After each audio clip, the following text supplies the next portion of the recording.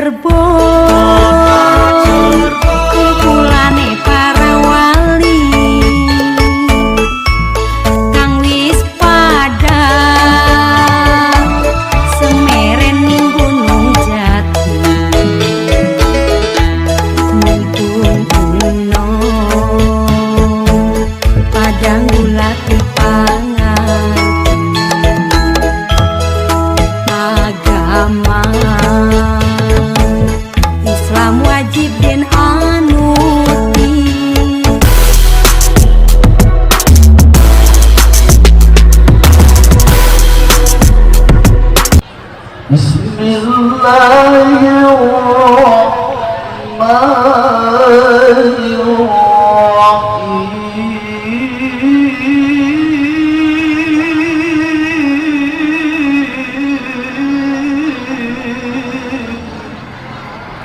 الذين يذكرون الله قياما وقعودا وعلى جنوبهم ويتفكرون في خلق السماوات والأرض.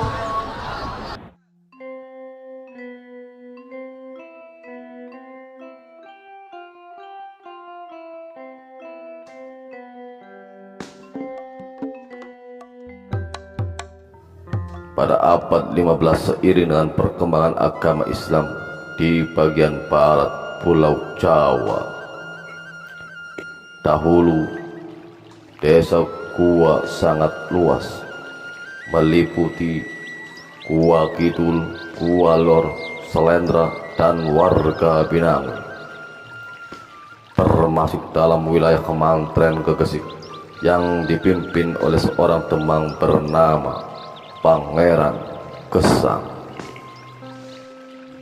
Asal mula desa Gua, Kecamatan Kaliwedi, Kabupaten Cirebon.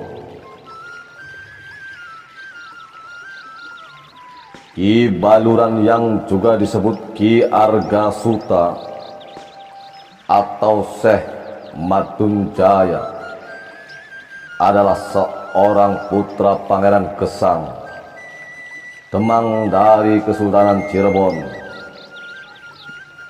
Dalam pembagian tanah cakraan milik orang tuanya yang terletak di sebelah utara perbatasan wilayah Cirebon dan Indramayu,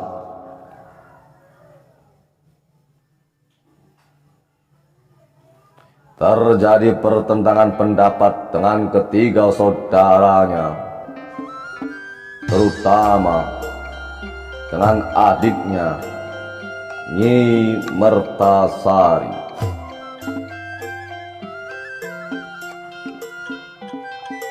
Kedua saudara laki-laki termasuk dirinya berpendapat bahwa anak perempuan cukup mendapat bagian tanah sebesar payung.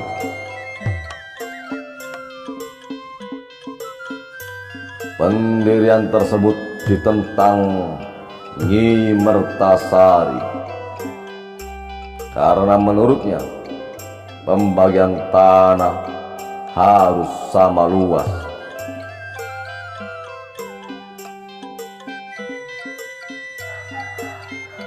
Untuk menyelesaikan perselisihan tersebut, Ki Kutub atau Sunan Gunung Jati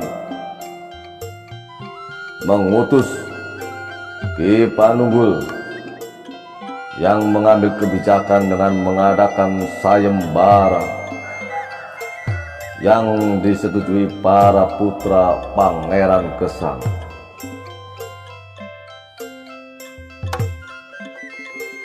Sayembara itu adalah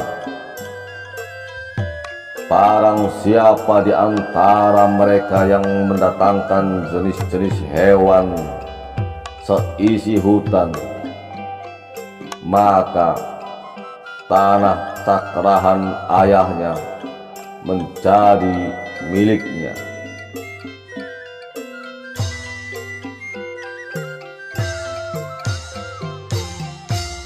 Secara berturut-turut keempat putra Pangeran Gesang itu mengeluarkan kesaktiannya, mulai dari Ki Jagabaya, Ki Sumerang, Ki Baluran, dan yang terakhir Ki Mertasari.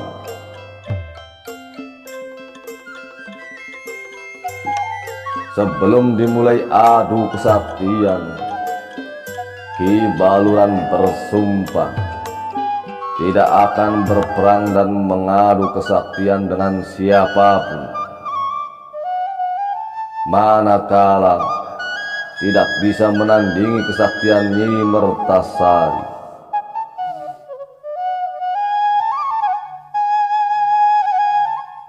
Ki Baluran mengeluarkan kesaktiannya dengan menancapkan tongkat di atas tanah, dan tongkat itu menjelma menjadi ular yang bentuknya seperti kendang, hingga dinamakan ular kendang.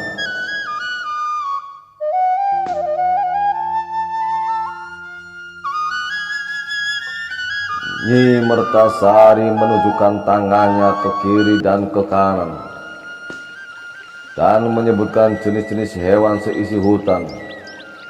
Maka berdatanganlah hewan-hewan yang disebut itu.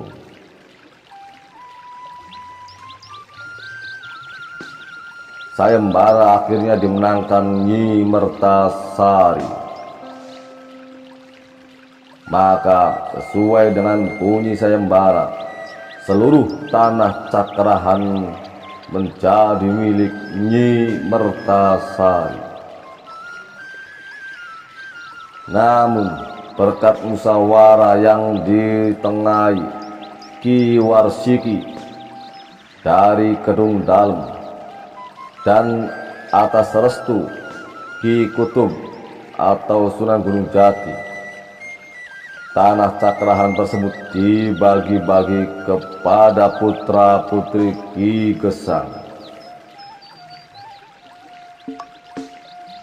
di mana yang menentukan letak dan luas pembagian tanah adalah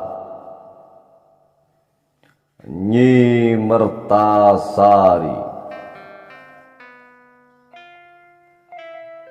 Ki Baluran mendapat bagian tanah di sebelah barat.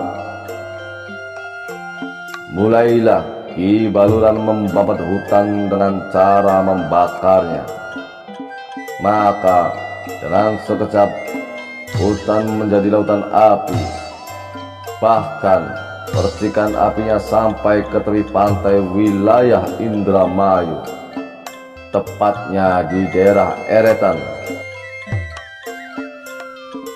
Lokasi tanah bekas pembakaran tersebut diakui masyarakat termasuk tanah cakrahan Ki Baluran. Ki Baluran membangun pedukuhan dan hidup rukun damai beserta masyarakatnya. Pada suatu waktu, datanglah ke pedukuhannya segerombolan perampok yang bermaksud menyatroni daerah itu. Oleh karena sumpahnya, Ki Baluran tidak mau melayani para perampok, malahan menghindar pergi beserta keluarganya di suatu tempat yang kelak disebut Desa Gua. Tanah yang dilalui Ki Baluran beserta keluarganya tiba-tiba membelah atau terbuka dan menutup atau melindungi Ki Baluran beserta keluarganya, seperti bersembunyi di dalam gua.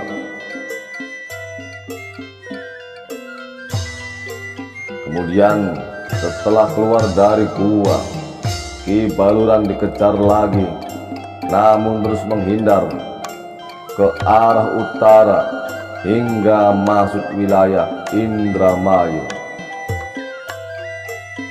Ia berteduh di bawah pohon asem.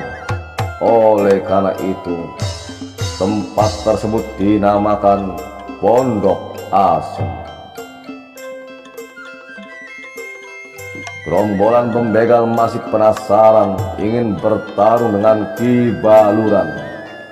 Namun Ki Baluran tetap menghindar, lalu bersama keluarganya pergi menuju ke barat. Di sana ia hidup rukun. Di sana ia hidup rukun, damai dan sejahtera, menemui ketenangan. Tempat tersebut lalu dinamakan Temu Ireng atau ketemu pareng, atau menemukan sesuatu yang dikehendaki. Ketika musim paceklik tiba, orang-orang yang akan pergi ke pasar Darshan sering melihat seorang tua yang tiada lain Ki Baluran berada di sebuah gubuk seperti sedang kelaparan.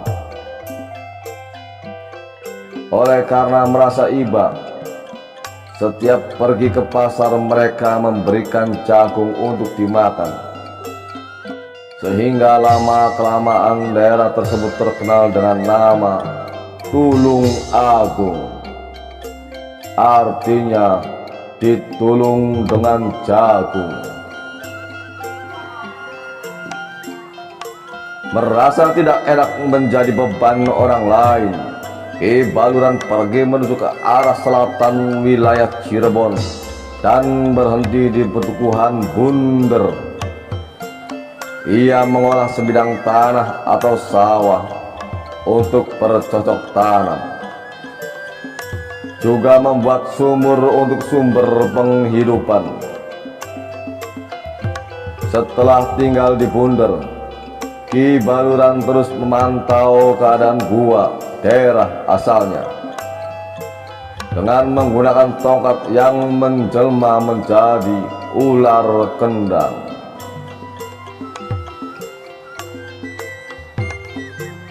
Pada zaman penjajahan Belanda, desa gua pun tidak luput dari serangan tentara Belanda dan sekutunya.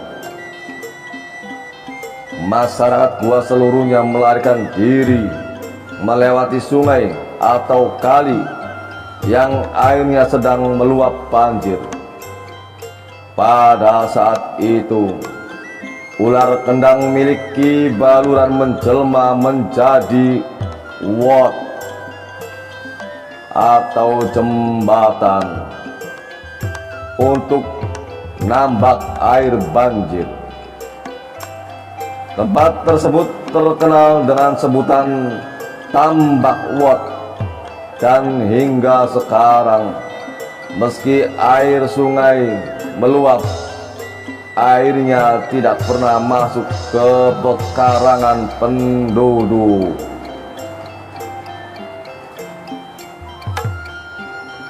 Setelah desa gua kosong ditinggal penduduknya, Ki Gede Balerante mengutus anaknya Ki Sumbang untuk menempati gua. Keadaan itu membuat Ki Baluran tetap tinggal di desa Bunder, tidak kembali ke desa gua. Menjelang akhir hayatnya, Ki Baluran menetap di Kaliwedi. Dengan demikian, hingga sekarang sebagian keturunannya berada di Kaliwedi, sedangkan penduduk desa gua adalah keturunan Ki Sumbang. Kemudian pada tahun 1982, desa gua dimekarkan menjadi dua desa, yaitu desa Gua Kidul dan desa Gua Lor. Demikian sekilas tentang asal-usul desa Gua. Mohon maaf apabila ada kesalahan dalam pemaparan sejarah. Dan juga salah dalam menyebutkan nama-nama tokoh leluhur. Semoga kita semua dapat mentauladani perjuangan dan ketakwaan para leluhur kita. Terima kasih.